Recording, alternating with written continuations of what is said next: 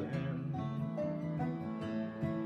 Well, grain for grain, sun and rain, find your way through nature's tree.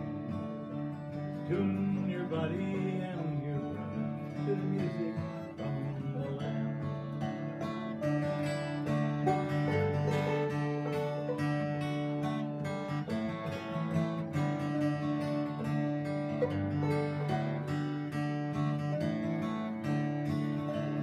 Make your road straight and long. Kiss them with a prayer and a song. Mother Earth will make you strong. To give her love and care. That old crow watching home grow deep from his perch in yonder tree. In my garden I'm as free. That feathered beef up there. Inch by inch, row by row, gonna make this garden grow. All it takes to rake and hoe, piece of fertile ground. Inch by inch, row by row, someone bloods the seeds I sow. Someone warm them from below, till the rain come tumbling down. Till the rain comes tumbling down. So, most of you know me, but some of you don't. And my name is Peggy Smith, and I have been working at the Heritage Museum for 16 years. And I never liked history in high school. It was so boring until I started working at the museum. I was hired part-time, temporary, and they said, oh, all you need to do is just go through some drawers and stuff and learn about the town. And I'd been here about a year or so. And so I started doing that, and it was the middle of winter, and not a lot of people come to the museum in the middle of winter. So I learned a lot about things that were going on in town, and there I found love letters and pictures of the bridge being built and all these really cool things that I didn't really know about and maybe never would have known about unless I had started working there. And so it's been kind of a passion, and sometimes it's frustrating just because of the space that we have, and the organization is kind of hard. And then we had that flood in 2012, and so we saved a lot of things, but we did lose a couple of things. But they put a moat around the building, and we haven't seen a drop of water since. So I'm here to introduce Kathy Pomeroy, who is our fearless leader for the Heritage Museum Society Board, which is the nonprofit board. So any funding any donations that you make to the nonprofit is generally kind of doubled because we match grants with those. And so that will help us to get our annex built. And I think I forgot to bring I was supposed to bring the board, and I don't think I did. Sorry. But you can all come to the museum on Friday or Saturday and check that out. And it's also online. It's on our website, actually. So you can see the rendering of what the museum will be, to allow handicapped access and visitors that can't see very well, things like that. So to help everybody for it to be accessible to everyone. So Kathy Pomeroy took over the nonprofit board about July. So, and I think I'm just going to hand that off to her because I'm not doing a very good job at speaking right now. But she's been great. She has active board members now. People are doing their jobs, and we've got a blog, and we have a new logo for the nonprofit. And so I'll just let her come up and you some more about that. Thank you.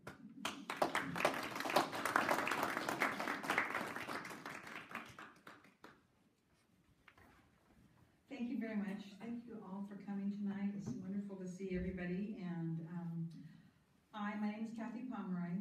The Pomeroy name has been in Independence since 1888. And I just realized a couple days ago that the building that now houses the museum was built in 1888.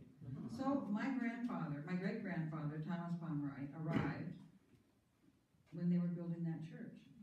So that was kind of fun to know. My family came here from via Newcastle, Pennsylvania to Seattle, Washington. Thomas Pomeroy moved to Seattle, worked there for 2 years at the Seattle Power Company, and then for some strange reason, I can't figure out why, he decided to buy a cattle ranch and a feedlot out there north of the Independence across from the Hannah Ranch. And off he took his family, and they came down here to Independence in 1888, and we've been here ever since. I wish he was here for me to say, what were you thinking? But he's not. But so then a couple years later, in 1890, my grandfather, Thomas Dole Pomeroy, was born. And a couple years after that, his younger brother, Donald, was born. Then he and Babe, which is Anna Owen, who was also a long-time resident of Independence, were married, and they had my father, Thomas Dole Pomeroy Jr. And and my Uncle Ed. Ed Pomeroy was going to be here tonight, was not able to be here, but he is 98 3/4. Lives in Monmouth, and I'm very proud of him, and I'm glad that he's still here with us. And then my Aunt Mildred Pomeroy Worthington, which if any of you have been here, you know Mildred Pomeroy, or Mildred Worthington, and we miss her very much. But anyway, my family's been around for a long time.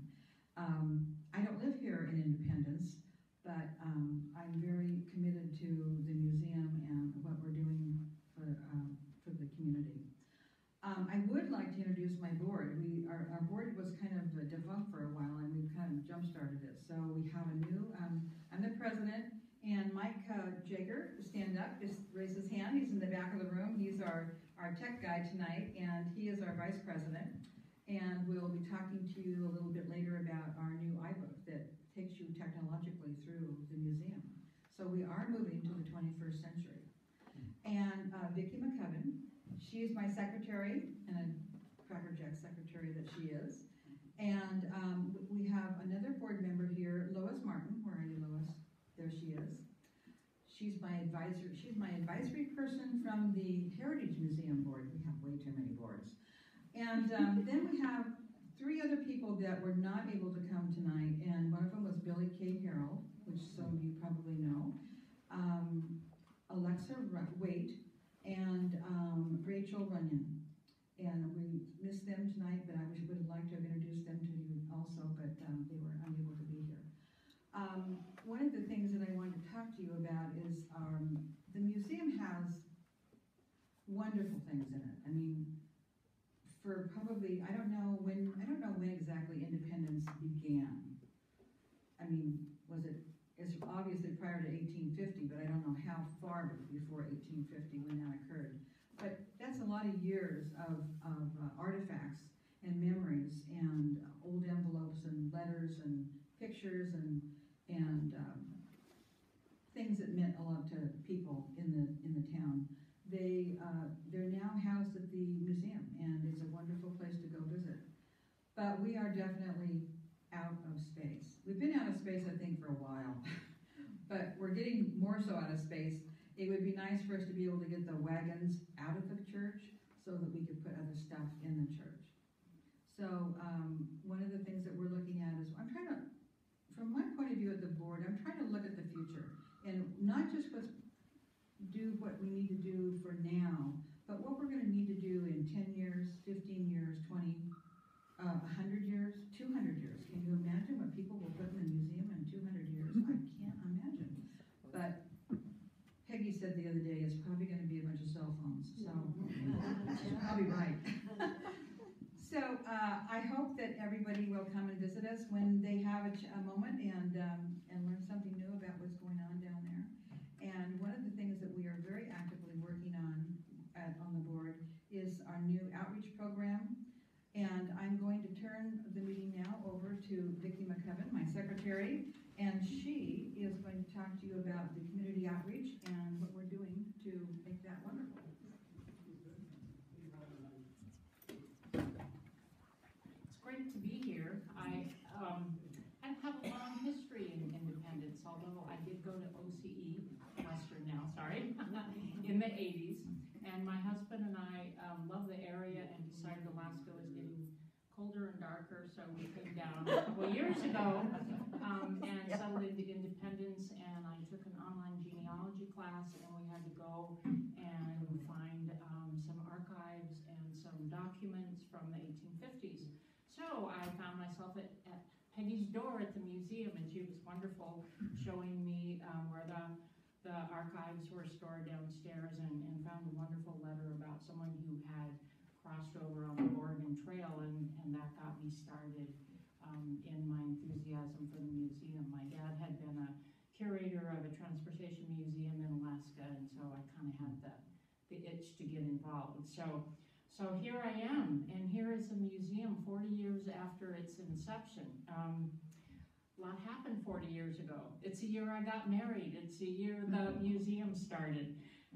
Apple Computer was formed. Steve Jobs and Steve Wozniak got it going. And I remember sitting in the library at OCE, McCampus Elementary, hovered over an Apple IIe playing Oregon Trail with the kids. A lot has changed in technology. The VHS players were first introduced in 1976. The prototype of the the space shuttle, the Enterprise, was unveiled, and the United States was celebrating its 200th anniversary. Gas was 59 cents a gallon. Interest rates were 6%.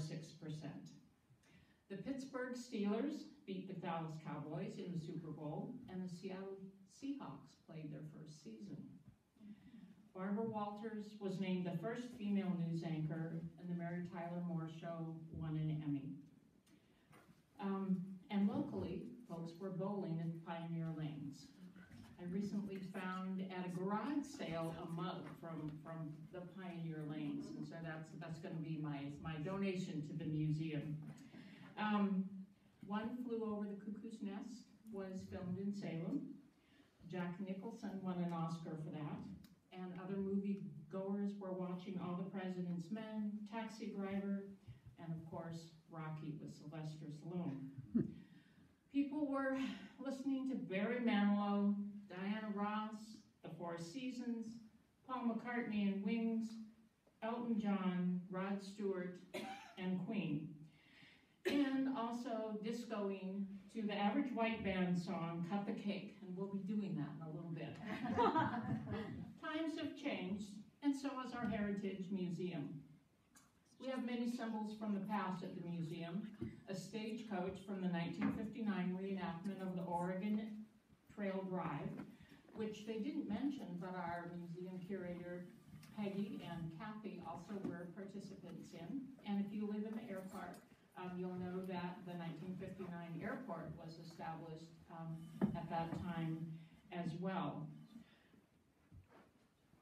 But if a museum only has things tucked away, and we do have a lot of things tucked away, and it's a little crowded, but if it merely becomes an attic of treasures dusted off once in a while, it cannot be a dynamic part of an ever-changing and evolving community.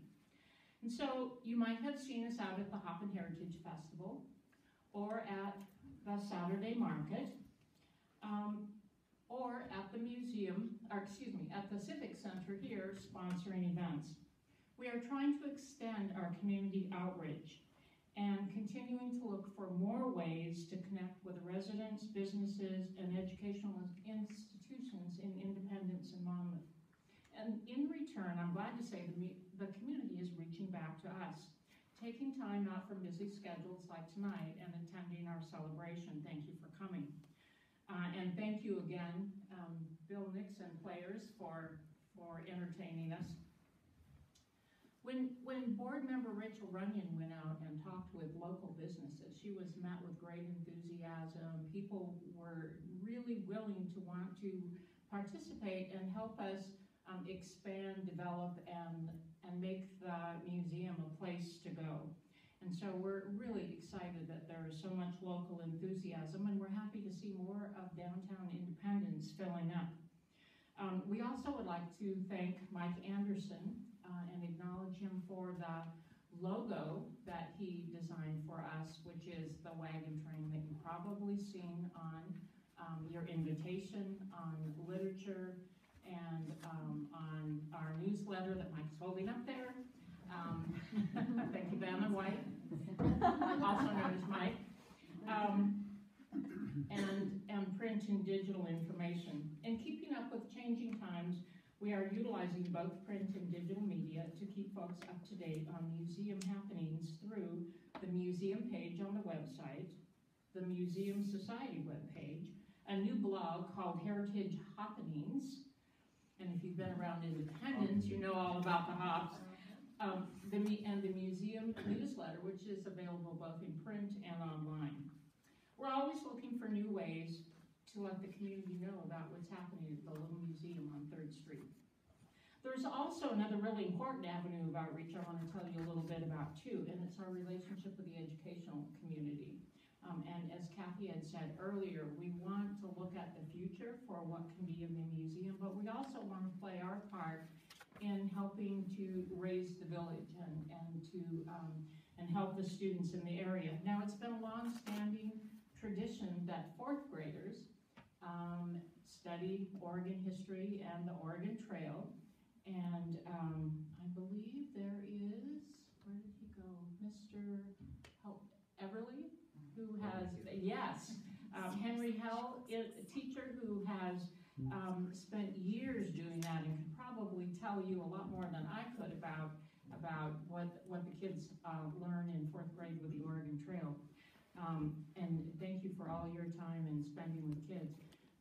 One of the neat things that's happening now is we had 2nd and 3rd graders in this fall, and that's a first.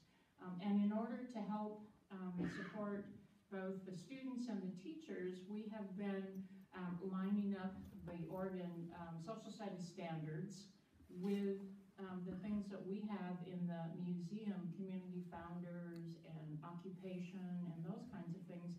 And we're able to make alignments for that so that would help and support teachers in reaching their educational goals, so that kids weren't just having a fun afternoon at the museum, but also serving a purpose. And the students, of course, IES at Independence Elementary School is just a block away, but it would be great to expand to other elementary schools in the community. And I had the great adventure and privilege of helping bring 3 groups of 2nd graders through the museum, and that was a great opportunity last fall. Also, we have a great partnership with Western Oregon University and Chemeketa Community College, which has supplied us our interns. And I also would like to introduce Steve Sheck and his wife Ann. Steve is a provost at Western, and we're glad that you joined us here this evening. Thank you for coming. Western and Chemeketa has sent interns, and one of which just arrived, and also board members. So we did the introductions earlier, but Alexa Waite is here, so wait. Okay, thank you. Now that I'm embarrassed, you're sorry. But it's great. They have come over and participated at the museum under the direction of Peggy for work in their practicum hours. So it was great fun to work with the 2nd graders when they came in. And if you want to change your view of anything, do it with little kids. I mean, it just changes your viewpoint, because we get a little bit jaded as adults, or mature, But when you see it through the innocence of little kids, it's amazing. And they love going through. And two of the things that they loved the best were rubbing the buffalo robe and ringing the bell. And of course, those are things that are very, very hands-on. And that's one of the things that we are striving to do at the museum, is to develop and encourage more activity-centered kinds of things. And with our expansion we're hoping for, we want to develop learning centers. So there is that interactive piece that kids can see and touch, because we all just learn and remember things better that way. And even though, like tricks, if you remember that, they'll be designed for kids, but adults will like them too. Local families, visiting relatives and friends, tourists, we're striving to be a welcoming destination for all of those groups. Our event tonight here in the is here at the City Center, but we would like to invite you to the Holiday Open House, December 28th, and if you haven't been presented with a ticket, we have a stack of them here, and you're welcome to come and join us for the open house on that Wednesday from 1 to 5.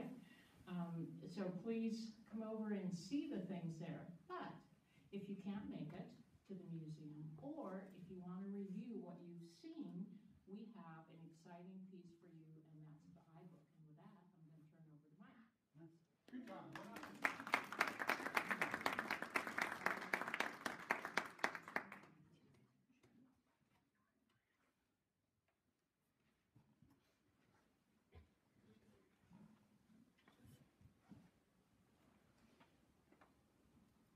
Okay. The iBook is a digital publication that we created. We began working on a year and a half ago. I think it's been quite a long time ago. I think it took you 2 years to talk me into that. Feels like 10, but actually, it was not quite that long. The digital publication is 109 pages long. What I did for tonight was I created about a 22-page think preview. So I actually started with the last page. We'll come back to this, but we're gonna move backwards through the table of contents to the front of the book. Yeah, lights off would be great.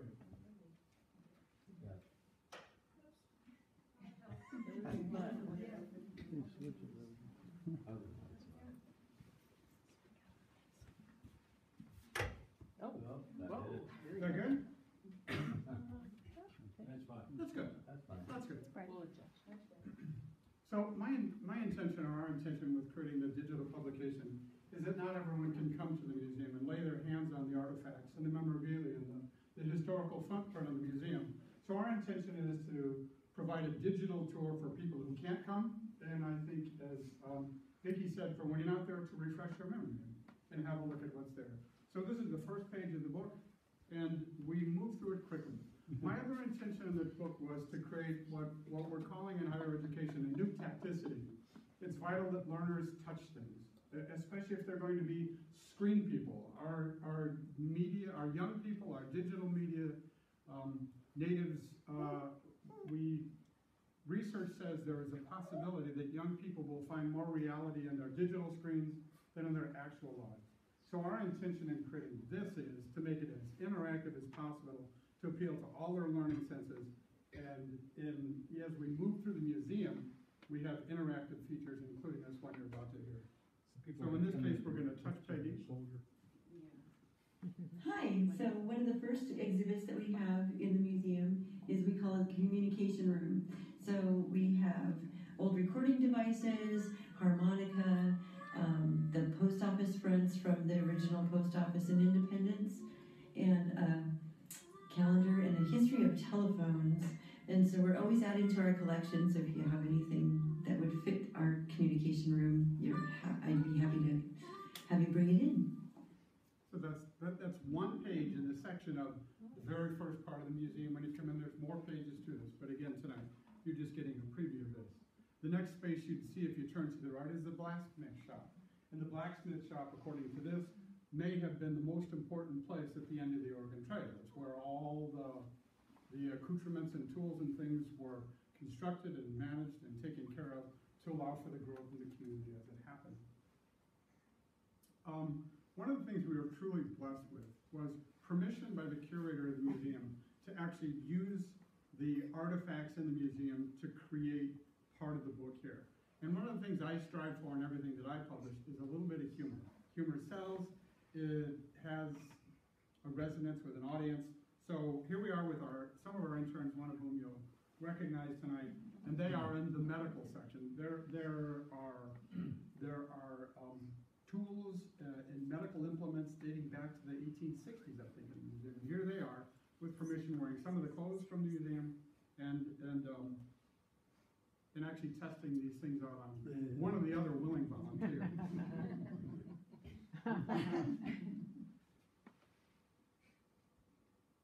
And as you can see, she survived the experience here. Oops. But just in case she didn't, we have the Lunginator. So this is an implement. I'm not sure of its history except for what we're sharing here, but it's the equivalent of mouth-to-mouth resuscitation, but it looks more like a pump that you would use to fill a rat. Right? That seems to be what technology was like in those days. We were very diligent in the grant we got, and I should mention that for that matter. We had a very generous grant that allowed us to buy a desktop Macintosh computer to curate the media that we've been working through, a laptop computer for the same purpose, and a pair of iPads that we used for filming and kind of the photography work that we did through this. So for this interview with one of our other volunteers, we scripted, and I think it's about a 4.5-minute interview. So we scripted the thing entirely. So she wrote out all of the thing, and then she was reading from a teleprompter to the lecture you're about to hear. And I'll only play a short part. Welcome to the Hops Exhibit. Here you will find an exhibit describing the incredible history of hops in the independent era. This exhibit represents elements of the material culture and history of hop growing industry in independence.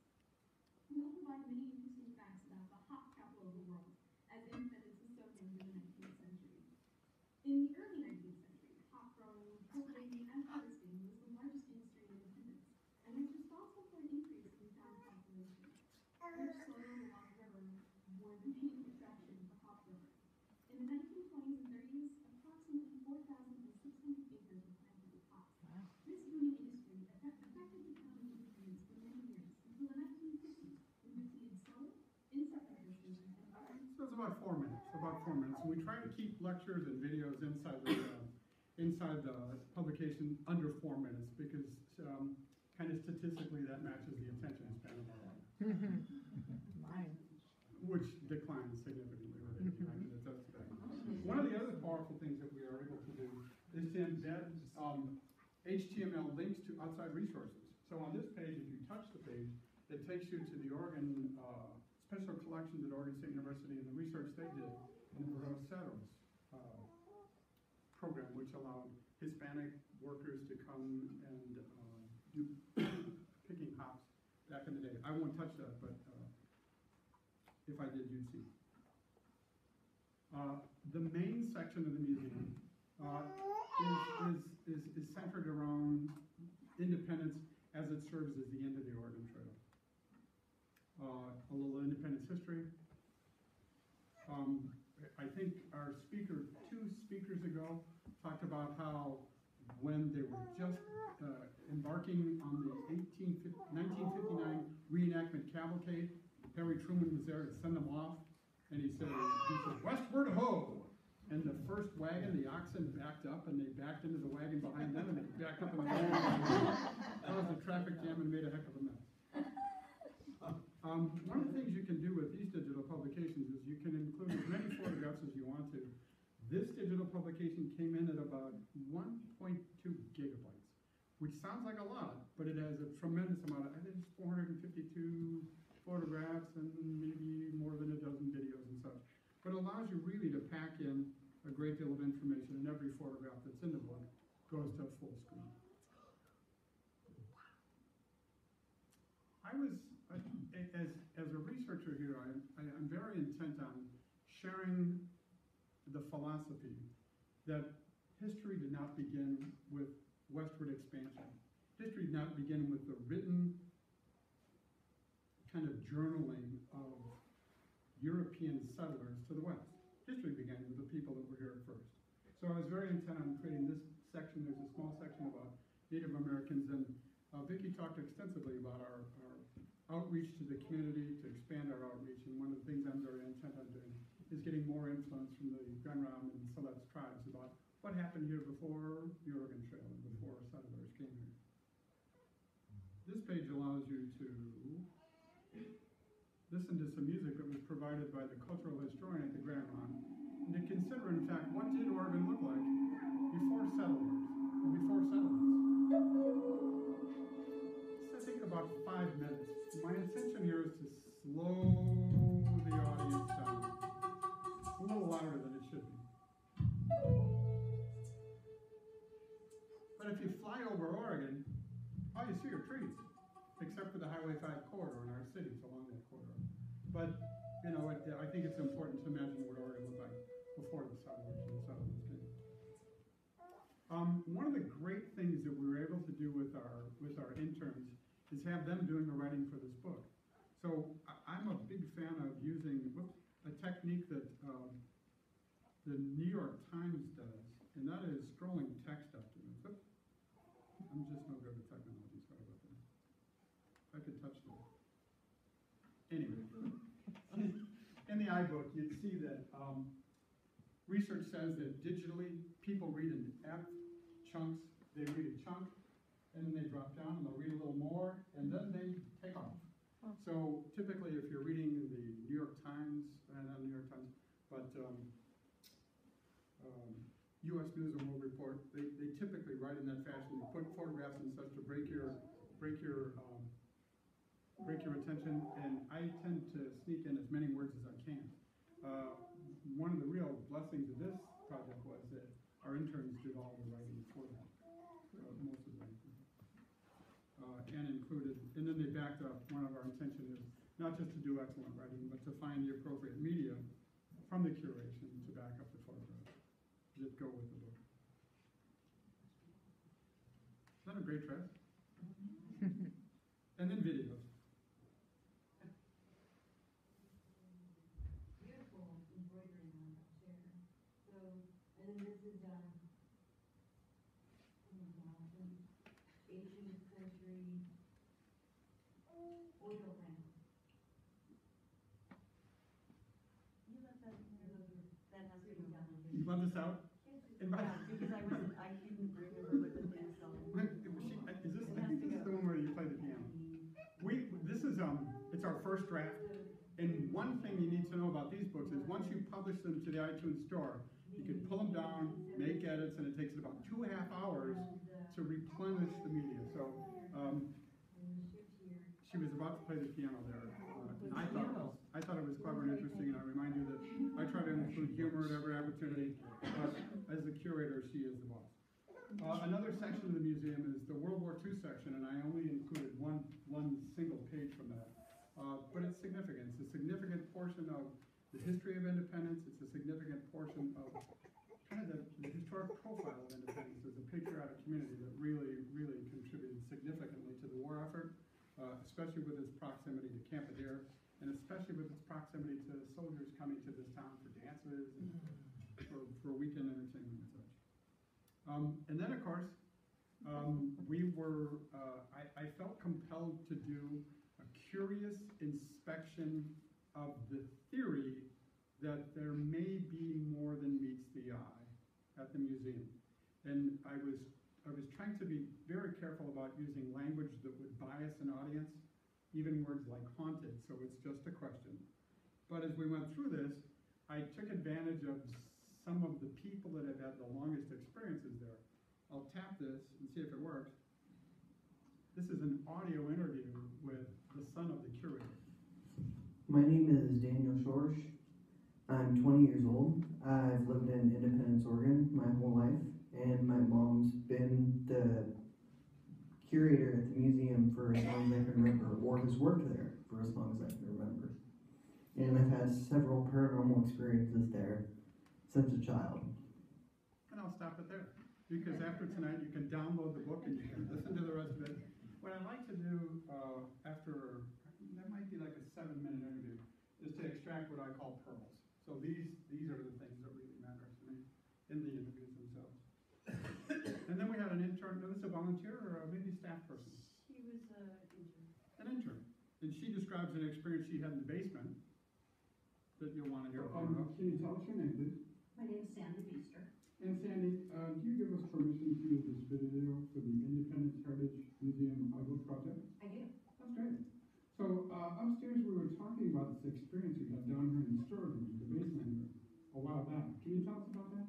Sure. I was down here sorting some artifacts into different boxes, and I had set a file of photos here on this box. I went back to the work table to finish what I was doing there, and while I was working, I realized I'd made a mistake. And I was annoyed with myself and loudly said something like, "Oh, damn." And as soon as I said that, all the photos slid off the box onto the table and onto the floor, like someone had knocked them off. And she's never been back since. This is truly one of my, this is one of my favorite pages in the book, because it strikes me that The most activity I've noticed in the building is when you go to the basement, and the only bathroom in the building happens to be in the basement. I was going to the bathroom, and suddenly I heard voices outside the door, and it sounded like a man and a woman whispering, and they were talking. They sounded like they were just kind of like right there. Couldn't hear distinctive words, but I knew they were communicating somehow. I opened the door. The second I opened the door, it was the weirdest thing, like all the talking stopped. cut to black. So there are 4 of those. And then I think, are we okay for time? We're okay. I'll play this because... I was walking down the hall, and the door at the end of the hallway was opened. And I got this feeling like something's gonna happen in a second. Like, I didn't know if it was bad or good. I just thought, something's going on. Like, someone's watching me. And suddenly I heard bam, bam, bam, bam. And I was like, and something was walking in sync with me, behind me. And all I knew from the presence, it was really tall. And it was walking right behind me. And it was slamming its feet to the ground, right behind me and sync to me. And it freaked me out. And like for days afterwards, I could just feel something behind me kind of thing. My grandfather's hypothesis on it is spirits want to get a reaction out of you because they feed off of energy. Their only way of connecting with someone is to like get an emotion out of them. It's not like a negative thing or a positive thing, it's just how they are. By reacting to it, that it was able to like get what it wanted. That was great. My post-production video editor broke all the rules. I said we have to be unbiased in our inspection. And those footprints that he put in there, totally breaking the rules, because then it leads the audience to me. One of the things, I wrote an entire chapter in this book that I called, "This is the story of a small town, a small museum, and small town heroes." And a couple of those small town heroes are in some. And there's an entire section about Mr. Everly in this book, and a parade that happened not so many years ago, in which people, unbeknownst to him, I'm pretty certain, came out and celebrated the time they had him as a teacher. I'm getting goosebumps here talking about this. So as you move through this section, that's what you get to hear about. I think there's, if I was to tap on this, and I won't do it because we're running a little short, there's a testimony and such. So, and then here's pictures from the parade. I think it will touch these.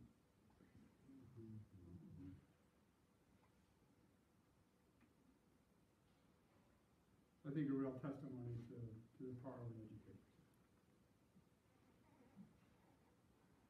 And I want to also share that my experience at the museum is that at several occasions very serendipitous things have been happening. I was sitting working on the book one day, and a couple came in, and they walked over to in the World War II section, there's a board, like the Board of Honor or something, citizens from the town who had served during World War II, and Harold walked over and he pointed at the board and he goes, "There's my brother and this," and I go, "Really? No way! No kidding! Get out of here!" And I walked over and I shook his hand and I said, would it be possible, sir, if we could get together and perhaps I could interview you as part of this thing? And he said, boy, that would be just great. And then his wife said, we were married in this church. So I said, that's it, you gotta come back. And then she was ever diligent, one of the best, I'll say client for lack of a different word. She sent me a timeline of her experience. I'm getting goosebumps again. How they got together, they met at the church, he came up from college in Klamath Falls to court, and this interview. My name's Harold Block, And I'm Barbara Locke. and we were married in this museum.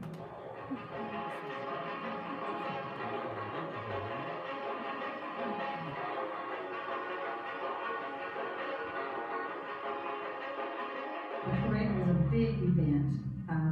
My family went to see that, and my dad, as many of the men in the area did, grew a beard for that occasion, and his was kind of reddish colored, so he had a big family didn't actually know it was. Very, very cool parade, and it was very exciting to watch from the sidelines. The church had a float in that parade, so it was fun to watch that. And Harold, you were part of the float, right? Yeah, the pastor's family and I were on the float, and we had the scene of a father leading the family in devotion with an open Bible on my lap as we were, the picture would tell, and the front of it was the message, Jesus Christ the same yesterday, today, and forever, because it was an event in time that signifies the 100th year of Oregon being a state, as well as the end of the wagon train. So bringing it in at that time kind of gave it a kick. Because I'm not in the habit of putting a 45-minute interview in there. What I've done now is taken excerpts from interviews, and then what I'll do is I'll put the full interviews up in a YouTube channel that I've created for that, so you'll have access to all that.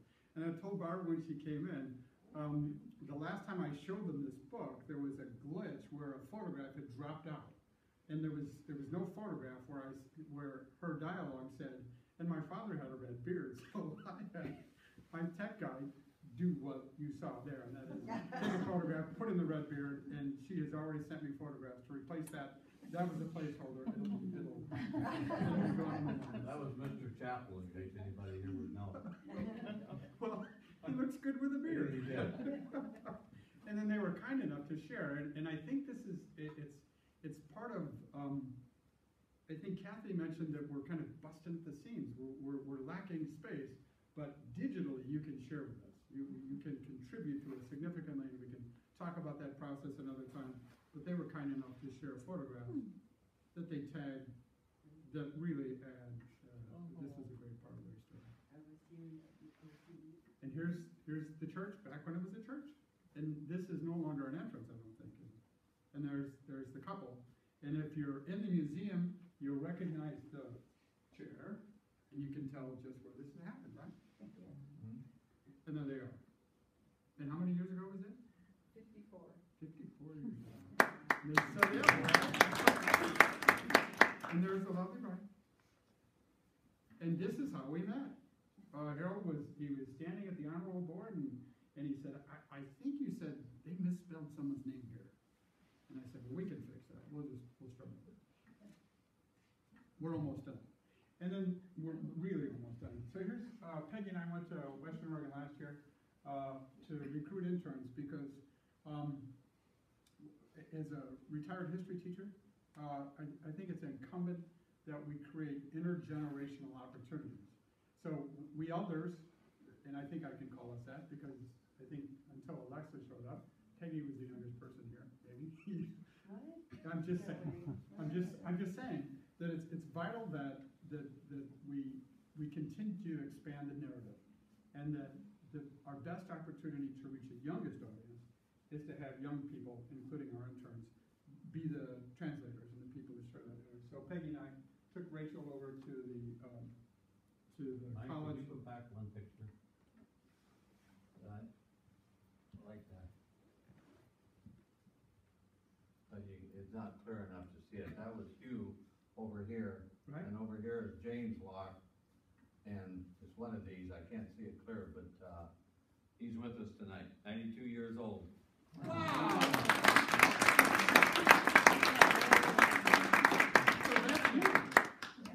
So he was standing at the board. That's you, my other brother, he's passed away now, he'll be 93. And then right across from that, there's James Locke. This is James Locke that's with me. They made a mistake. Austin Locke was called Hugh by us. So they have Hugh Locke and Austin Locke. Oh, really? Double credit. Yeah, it's double credit. I'm really glad you did that. And again, I mean, I had to take his picture, and then that created this opportunity for all of us. Here's Peggy, back to this. Well, we are actively recruiting interns. And here are the interns.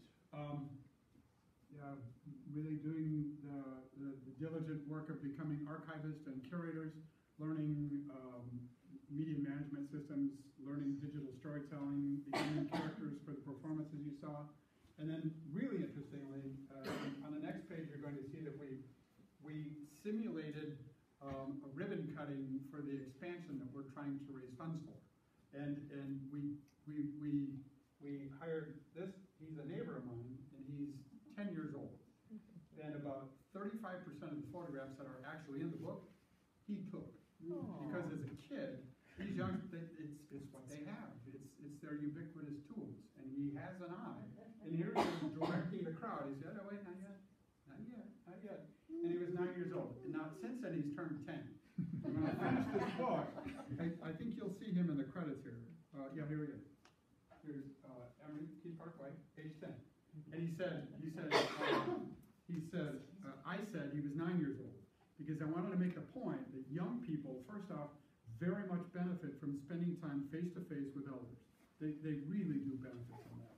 And in his work on that day, he got to interview the mayor, he filmed the mayor, he filmed an assemblyman, and I said, so I'm going to put it on there, you're 9 years old. He goes, no, I'm 10 years old now, and I want you to say I'm 10 years old, not 9 years old. And I said, I'll tell you what, kid, I'm the editor, and the way this works is I'm going to put what I want. And he goes, well, then you can't use my photographs. And I said, okay, let's go. Rochambeau. And he won. So there it is.